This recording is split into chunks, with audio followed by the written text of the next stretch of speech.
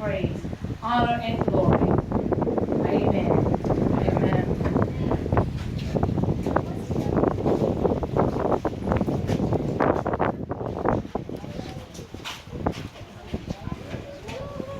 All right, y'all. Isn't that a beautiful prayer? Yes. All right. After a prayer like that, I need y'all to right.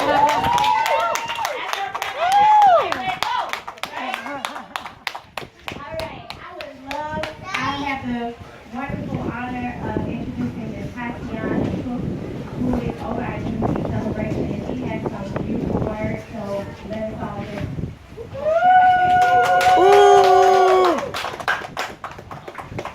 Thank you, Alicia. Alicia is one of our dedicated volunteers this year. Glad to have met her.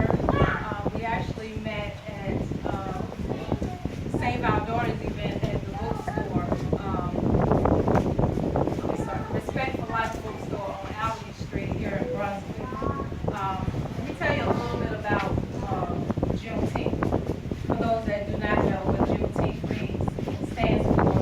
Juneteenth commemorates the day in Galveston, Texas, that the last slaves received word that they were free. And that date was June 19th, 1865. And that's where the term Juneteenth comes from, June 19th. So, by order of President Abraham Lincoln, General Granger arrived 2.5 years after the signing of the Emancipation Proclamation, which stated that now all people of color are free. They're no longer slaves. So when General Granger arrived in Galveston, Texas, he gathered all the people around, all the slaves around that were out working in the field or in the house, and he gathered them together and he let them know that on this day, June 19th, 1865, you are now free. You are free to do what you please. You can stay here and work on it, or you can move on and go find your families. And many of them did.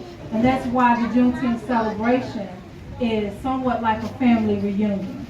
So it's okay for you to bring your family out. In fact, we're all family anyway. We're connected one way or another.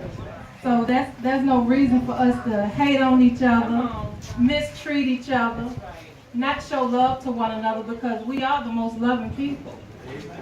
We're God's creation. And our purpose here is not to separate anybody, but to bring us together. So if you're white, black, Hispanic, Jew, Hebrew, Christian, whatever it is you are, you call yourself, at the end of the day, you're still going to be God's child. So we come together today in the spirit of celebrating freedom for African Americans in the United States of America. It's 150 years since those people got word that they were free in Galveston, Texas. 152 years since the signing of the Emancipation, which was originally signed January 1st, 1863. Today we have presenters who will present some very valuable information, so I would encourage you to take part of any education that you can receive, share your thoughts and any discussions, and just treat each other in love and harmony, and that's what this day is all about. And again, my name is Tatiana Cook. I'm the director of Juneteenth-GA here in Brunswick. I worked with the Juneteenth Festival in Virginia for about 10 years upon coming here to Brunswick 4 years ago.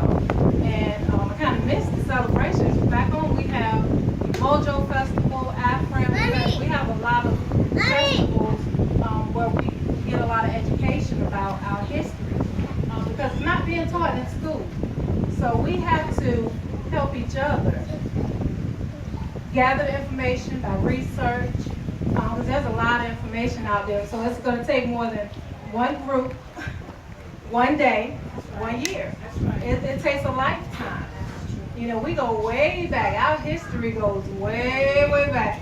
So we have a whole lot to learn. I'm just here to help bring people together and help in building the city of Brunswick. Last year, the city was blessed by having our first African-American mayor here in the city of Brunswick. I'm still excited about that because that just shows the dedication that Mr.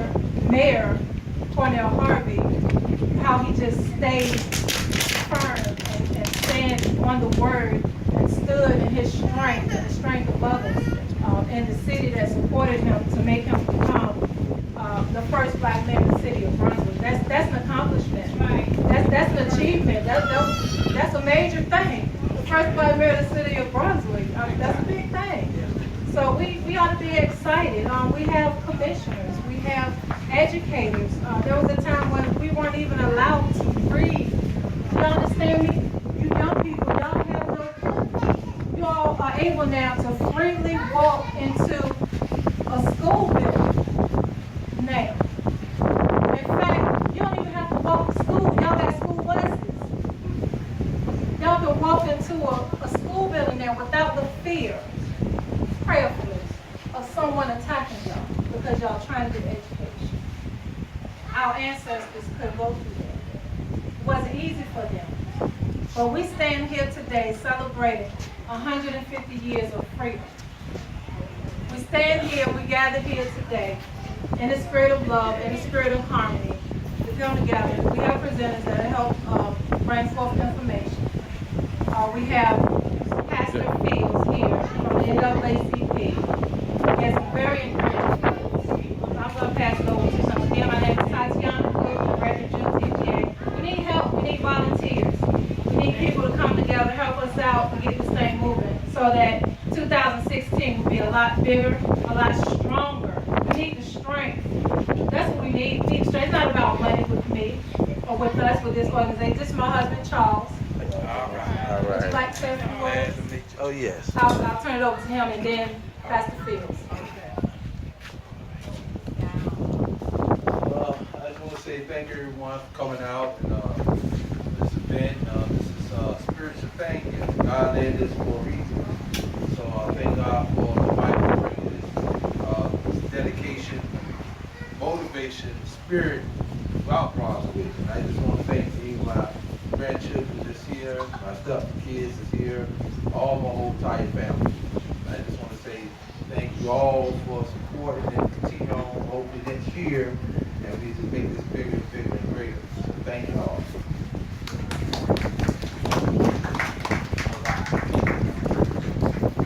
Let's just say amen. Amen. Amen one more time. Amen. Are you glad to be here? Are you glad to be in the number? Oh, yes. Oh, yes. Knowing that you live, you ought to be happy. Amen. Amen. I'm standing here, I'm the pastor at First George Grove. I'm the president of the Brunswick chapter of the NAACP. But I'm a native of Texas. I was born and raised in Dallas, Texas. And I remember, and if you don't know, now you know that in 43 states, this is a recognized holiday. In Texas, it is an instituted holiday. When I was a kid growing up in Dallas, I remember us taking off of work and taking out of school and going to the parks. We would go and take the celebration to the park. We would barbecue. We would have red soda water. Back in Texas, that's what we call soda pop. Soda, we call it soda water. And we would go and get our red sodas. Don't forget your red sodas next year. That's right. We get our red sodas and we get our watermelon. We would celebrate how many know that if some of us are free and all of us are not free, that means everybody's still enslaved. That's right. And so they got the word down through this General Granger, General Order number 3. It took them 2 years and some months to get the word down to Galveston, Texas. And when they got there, and I was looking up this thing in the root.com, and they said that there might have been several reasons why it didn't get there. They said that it might have been that the plantation owners withheld the news. It may have been that the federal troops allowed the delay so that the slave owners could reap another cotton field harvest. And it says that there was a messenger that was supposed to get the word, but he was murdered on his way down to get us the word. And then it says that the Union troops never made successful inroads against the Confederate army, but you need to recognize that eventually they got the word. God's delays is not God's denying. So we are thankful to God that today we got the word. One other thing, some other things it says here. Juneteenth is America's second Independence Day. And what you need to recognize that when July 4th was established and this country was declared to be independent, that did not include you. That's right. We were still considered 3/4 of a person. We were considered property. We were not considered to be human beings. And it's only been since 1961 since the first graduate from the University of Georgia took place. That's been only 54 years ago, and I'm 56 years old. It has not been long. Can I tell y'all what was in there, General Order number 3? Just generally speaking, General Order number 3 declared absolute equality of personal rights and rights of property between former masters and slaves. And it brought with it rights. Everybody say rights. Right. Rights to assemble. It brought rights to get married. Put it down. And it brought rights to be able to work. And last of all, it brought rights to be able to worship wherever you want to worship. And y'all know what took place in Charleston not more than just a few days ago. Somebody walked into a place of worship and pulled the trigger on 9 souls because he said, we taking over.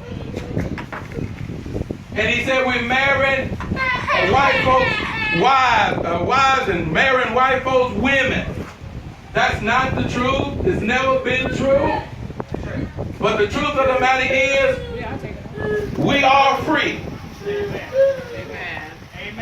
Aren't you glad about that? If the Bill of Rights sets you free, you're free. If the General Order number 3 sets you free, you're free. If the 13th, the 14th, and the 15th Amendment sets you free, you're free. And lastly, if God sets you free, if Jesus sets you free, anybody been set free? Amen. If he sets you free, you're free indeed. So we're glad, we're honored, we're thankful for the opportunity to stand before you today in honor of this great, great celebration. We all free now. And so I want you to be able to just enjoy yourself. Thank God for Miss Cooks. Again, I don't see her, but there she is. Thank him for the opportunity to come and share a few words of information. Information is power. And so God bless you. God keep you is our prayer. And enjoy this great, great celebration of freedom. What do you say,